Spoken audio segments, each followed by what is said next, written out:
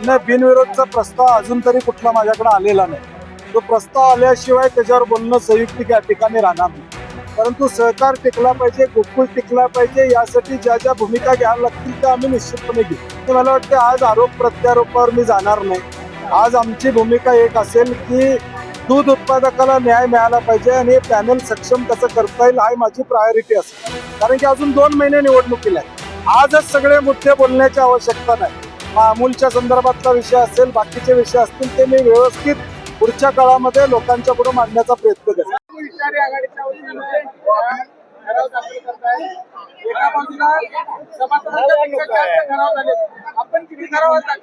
आम्ही सांगितलं तसं आकडा आम्ही सांगितलं 1851 ठराव आम्ही आमचे समविचारी आघाडी म्हणून जिल्ह्यातल्या या ठिकाणी दाखल होते आणि आम्हाला विश्वास आहे की दूध उत्पादक आमच्या बाजूने या ठिकाणी न्याय देतील.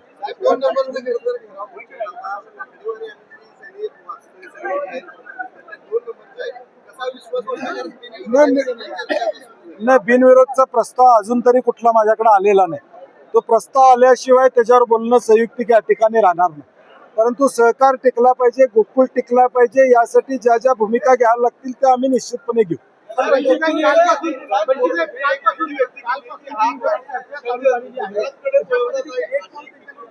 नाही, मी आता बोललो की त्याचं बोललो आता. अजून माझ्याकडनं प्रस्ताव तसं काय आलेला नाही. आल्यावर त्याच्यावर चर्चा करता येईल.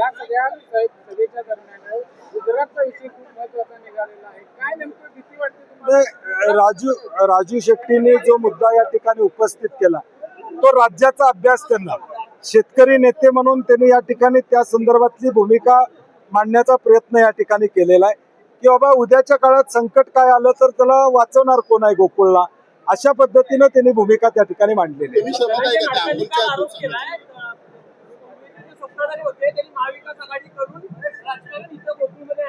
मला वाटतं आज आरोप प्रत्यारोपावर मी जाणार नाही. आज आमची भूमिका एक असेल की दूध उत्पादकाला न्याय मिळाला पाहिजे आणि पॅनल सक्षम कसं करता येईल हा माझी प्रायोरिटी असेल. कारण की अजून 2 महिने निवडणुकीला आहे. आजच सगळे मुद्दे बोलण्याची आवश्यकता नाही. अमूलच्या संदर्भातला विषय असेल, बाकीचे विषय असतील ते मी व्यवस्थित पुढच्या काळामध्ये लोकांच्या पुढे मांडण्याचा प्रयत्न करेन. एक महत्त्वाचा विषय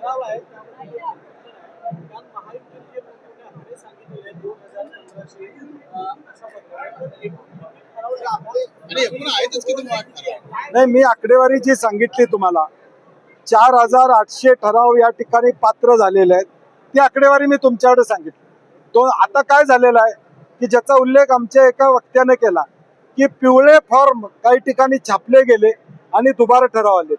काही अवसायनात गेलेल्या संस्थांचे सुद्धा ठराव त्या ठिकाणी आलेले आहेत. आणि म्हणून हा सगळा आकडा ज्यावेळी उद्या संध्याकाळी 1 वाजता ज्यावेळी हे सगळं संपेल, मला वाटतं AR ऑफिसकडनं अधिकृत आकडा कळेल की नेमका ठराव किती आले, मग त्यातले पात्र लोकांचे किती आहेत, अपात्र लोकांचे किती आहेत, अवसानातले किती आहेत, ही आकडेवारी ते विस्तृतपणे जाहीर करतील अशी आम्हाला अपेक्षा. नाही, मी मगाशी माझी भूमिका आणली. मला कुणाकडे जाऊन सीट घेण्यासाठी आकडा सांगायचा नाही. मला विजय मिळवायचा आकडा मला सांगायचा. त्यामुळे मी आमच्याकडे जे आले ते सांगितलं. मी 2100 सांगू शकत असतो, 1900 सांगू शकलो असतो, परंतु जे फॅक्ट आहे ती फॅक्ट आम्ही सांगायचा प्रयत्न केला.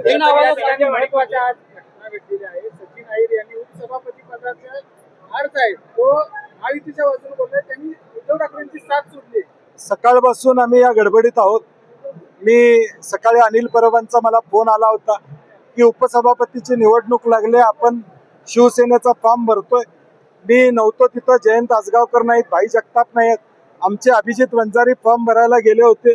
आणि महाविकास आघाडी म्हणून आमचं बहुमत नाही आहे विधान परिषदमध्ये, परंतु काल एक प्राथमिक चर्चा आमची गटनेते झाली होती की आपण फॉर्म भरू, सरकारने विनंती केली तर त्याची माघार घेऊ, परंतु किमान फॉर्म भरला पाहिजे लोकशाहीमध्ये. म्हणून आम्ही आज अभ्यंकरांचा फॉर्म भरण्याचा निर्णय सकाळीच आमच्या चर्चेमध्ये झाला.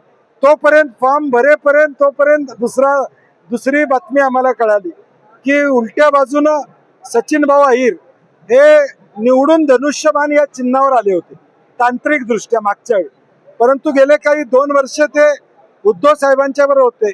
आज तेच उपसभापतीचे उमेदवार झालेल्याची बातमी आम्हाला बघायला मिळाली. एनडीए मध्ये सहभागी व्हावा असं खासदारांचं एक गटाचं म्हणणं आहे शरद पवारांच्या पक्षाचं. काय नेमकं आता हे चाललंय? नाही, मला नाही वाटत पवार साहेबांच्या गटामध्ये कुठली अडचण येईल असं वाटत नाही. ते एकसंघपणे पवार साहेबांच्या नेतृत्वावर विश्वास ठेवून राहतील असं मला वाटतं. जातो. महायुती विरुद्ध महाविकास नाही, मला मी सौमिका माडिक एकीकडे म्हणताय की बिनविरोध झाली पाहिजे सरकार टिकवण्यासाठी. मी मगाशी त्याच्यावर खुलासा केलेला आहे. प्रस्ताव अजून आलेला नाही. प्रस्ताव आल्यावर त्याच्यावर बोलणं संयुक्तिक राहील.